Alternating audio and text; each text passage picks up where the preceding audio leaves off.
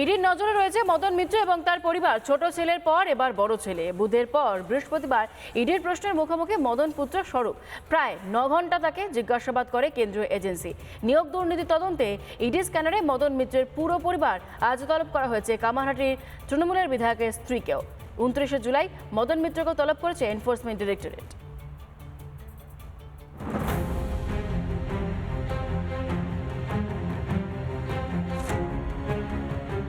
নিয়োগ দুর্নীতির তদন্তে ইডি, নজরে মদন মিত্রের গোটা পরিবার।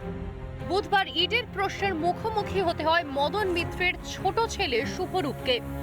বৃহস্পতিবার সিজিও কমপ্লেক্সে গেলেন বড় ছেলে স্বরূপ। পুর নিয়োগ দুর্নীতি মামলায় ইডির তলব মদন মিত্র এবং তার পরিবারের সদস্যদের। তার ছোট ছেলে শুভরূপ মিত্র তিনি হাজিরা দিয়েছেন এবং আজ তার বড় ছেলে স্বরূপ মিত্র তিনি ইডির দফতর সিজিও কমপ্লেক্সে এসে উপস্থিত হয়েছেন। রাজনৈতিক কোনো উদ্দেশ্য আপনি দেখতে চেষ্টা করতে পারেন। আমাকে ওনারা কিছু তথ্য জানার জন্য ডেকেছেন, সেগুলো আমি নিয়ে এসেছি।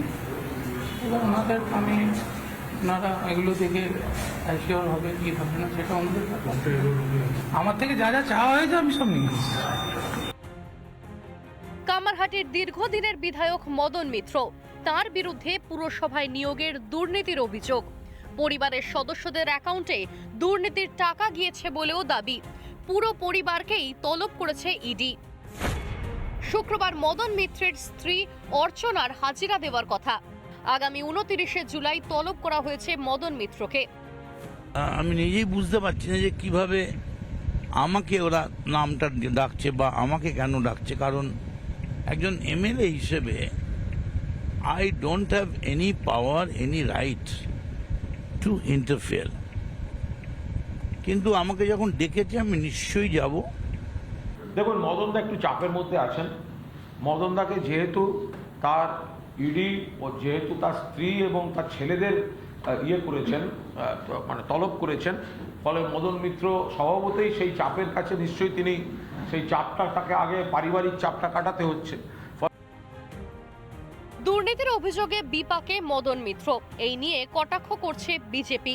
কয়েক আগে বিধানসভার ফ্লোরে দাঁড়িয়ে বক্তব্য রাখার সময় কালো জামা পরেছিলেন আর গলা বড় করে বলার চেষ্টা করছিলেন উনি নাকি কালো জামা পরে থাকলেও কালো তৃণমূল নয়। উনি কালো তৃণমূল নাকি চোর তৃণমূল নাকি জোচ্চোর তৃণমূল নাকি কালীঘাট তৃণমূল নাকি ক্যামাক স্ট্রিট তৃণমূল নাকি খালপাড় তৃণমূল, এগুলো ওনারাই বলতে পারবেন। দুর্নীতি করলে কোনো ছাড় নয়, সবার হিসেব হবে বলে আগেই আশ্বাস দিয়েছিলেন প্রধানমন্ত্রী। কাউকে ছাড়া হবে না, কেউ ছাড় পাবে না। ইডির দপ্তরে হাজিরা দিয়েছেন, যে সমস্ত তথ্য নিয়ে তাকে আসার কথা বলা হয়েছিল সেই সমস্ত ডকুমেন্টস তিনি নিয়ে এসেছেন এবং তিনি তদন্তে সব রকম সহযোগিতা করবেন, এমনটাও বললেন স্বরূপ মিত্র। ক্যামেরায় রাজশেখরের সঙ্গে রুমকি, রিপাবলিক বাংলা, কলকাতা। নানা ধরনের কন্টেন্ট দেখার জন্য লাইক করুন, শেয়ার করুন আমাদের ফেসবুক পেজ, সাবস্ক্রাইব করুন আমাদের ইউটিউব চ্যানেল। পাশাপাশি অন্যান্য ব্রেকিং নিউজের জন্য অবশ্যই চোখ রাখুন রিপাবলিক বাংলায়।